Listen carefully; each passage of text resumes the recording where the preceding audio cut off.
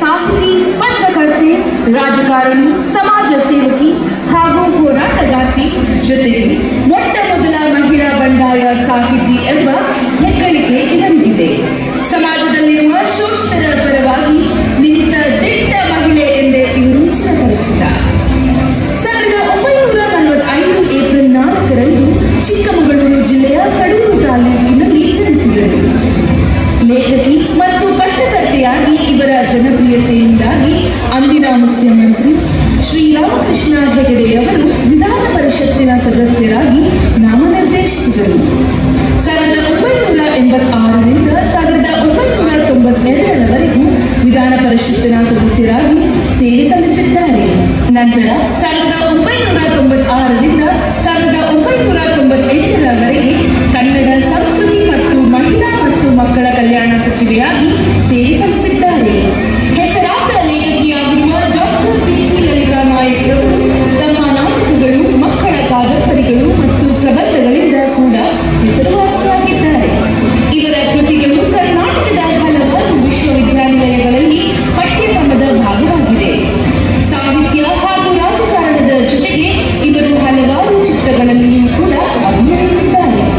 ಇವರ ಸಾಧನೆಗೆ 1991ರಲ್ಲಿ ಕರ್ನಾಟಕ ಸಾಹಿತ್ಯ ಅಕಾಡೆಮಿ ಪ್ರಶಸ್ತಿ, 1991 ಮತ್ತು 2014ರಲ್ಲಿ ಕರ್ನಾಟಕ ರಾಜ್ಯೋತ್ಸವ ಪ್ರಶಸ್ತಿ, 2003ರಲ್ಲಿ ಮಹಿಳಾ ರತ್ನ ಪ್ರಶಸ್ತಿ, 2010ರಲ್ಲಿ ಕನ್ನಡ ಶ್ರೀ ಪ್ರಶಸ್ತಿ ಸೇರಿದಂತೆ ಹಲವಾರು ಪ್ರಶಸ್ತಿಗಳು ಲಭಿಸಿವೆ. ಸಾಹಿತಿಯಾಗಿ, ಹೋರಾಟಗಾರ್ತಿಯಾಗಿ, ಬಹುಮುಖ ಪ್ರತಿಭೆಯಾಗಿ ಮಹಿಳೆಯರಿಗೆ ಸದಾ ಸ್ಫೂರ್ತಿದಾಯಕವಾಗಿರುವ ಡಾಕ್ಟರ್ ಬಿಟಿ ಲಲಿತಾ ನಾಯಕ್ ಅವರಿಗೆ ಇಂದು ಗಂಧದ ಗುಡಿ ಪ್ರಶಸ್ತಿಯನ್ನು ನೀಡಿ ಗೌರವಿಸಲಾಗುತ್ತಿದೆ. ಸಾಹಿತ್ಯ ಕ್ಷೇತ್ರದಲ್ಲಿ ಸಾಧನೆಯನ್ನ ಮಾಡಿ ಎಲ್ಲರಿಗೂ ಒಂದು ದೊಡ್ಡ ಇನ್ಸ್ಪಿರೇಷನ್ ಆಗಿರುವಂತಹ ಡಾಕ್ಟರ್ ಬಿಟಿ ಲಲಿತಾ ನಾಯಕ್ ಅವರಿಗೆ ಈ ಒಂದು ಪ್ರಶಸ್ತಿ ಅಂತಾರಾಷ್ಟ್ರೀಯ ಗಂಧದ ಗುಡಿ ಪ್ರಶಸ್ತಿ 2025 ಕೊಟ್ಟು ಗೌರವಿಸಲಾಗ್ತಾ ಇದೆ.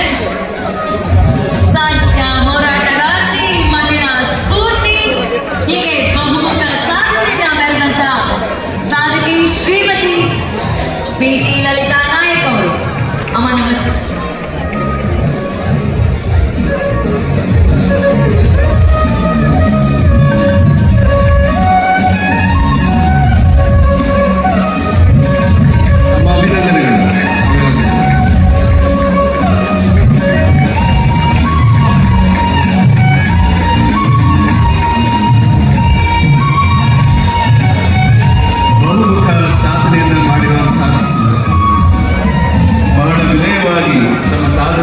ಎಲ್ಲಿಯೂ ಹೇಳದೆಯೇ ಹೇಳುವಂತಹ ಸಾಧಕಿ ಡಾಕ್ಟರ್ ಪಿಟಿ ಲಲಿತಾ ನಾಯಕ್ ಅವರಿಗೆ ಅಭಿನಂದನೆಗಳು. ಅಮ್ಮ ಎರಡು ಮಾತು.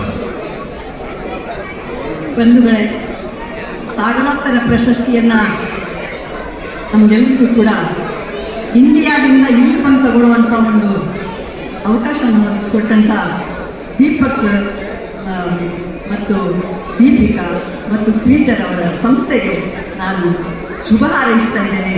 ಅದು ಚಿರಾಯುವಾಗಲಿ ಒಳ್ಳೆಯ ಕೀರ್ತಿಯನ್ನು ಪಡೆಯಲಿ ಮುಂದೆ ಅನ್ನುವಂಥ ಶುಭಾಶಯವನ್ನು ತಿಳಿಸ್ತಾ ಇದ್ದೇನೆ.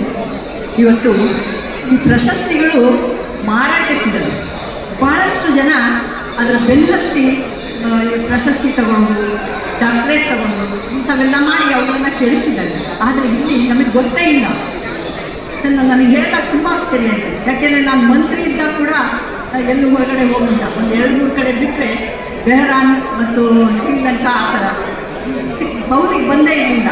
ನನಗೆ ಈ ಡ್ರೆಸ್ಸು ರಾಮಕೃಷ್ಣ ಹೆಗಡೆಯವರು ಹಾಕಿದ್ದೆ. ಶಾಸಕರ ದಿನಾಚರಣೆಗಿಂತ ಇದನ್ನು ಹಾಕಿದಾಗ ನಾನು ಬೇರೆ ವೇಷ ಹಾಕಿದ್ದೆ. ಸಾವಿತ್ರಿ ಗುಂಡಿ, ನಮ್ಮ ಲೀಲಾದೇವಿ ಪ್ರಸಾದ್, ಅವೆಲ್ಲ ತುಂಬ ಆಗ ಈ ಥರದ ಡ್ರೆಸ್ಸನ್ನು ಇದು ಮಾಡ್ತಾಯಿದ್ರು. ಇವತ್ತು ಈ ಸೌದಿಗೆ ಬರೋದಕ್ಕೆ ಅವಕಾಶ ಮಾಡಿಕೊಟ್ಟಿದ್ದೀರಾ ಇಬ್ಬರನ್ನು. ಆದರೆ ಇವತ್ತು ಇಲ್ಲೂ ಕೂಡ ಇದಾಗ್ತಾ ಇದೆ. ನಾಗಡಿ ಕೃಷ್ಣರಾಜ ಒಡೆಯರ್ ಅವರು ಈ ದೇಶದ ರಾಜರುಗಳು ಆಕಾಶವನ್ನು ನೋಡಿದರೆ ಕೃಷ್ಣರಾಜ ಒಡೆಯರ್ ನೆಲವನ್ನು ನೋಡೋದು. ನಮ್ಮಂಥ ಟ್ರೈನ್ ಜನಗಳಿಗೂ ಕೂಡ ಮೀಸಲಾತಿಯನ್ನು ಕೊಟ್ಟು ಎಲ್ಲರಿಗೂ ಕೂಡ ಶಿಕ್ಷಣಕ್ಕೆ ಕಾರಣ ಅಂಥ ಒಡೆಯರ್, ಅವರ ಮನೆತನದ ಒಡೆಯರ್ ಅವರು ಇವತ್ತು ಕೂತಿದ್ರು. ಇದು ಮತ್ತು ನಮ್ಮ ಸೌದಿಯ ರಾಜ ನಮ್ಮ ಜೊತೆಗಿದ್ದಾರೆ.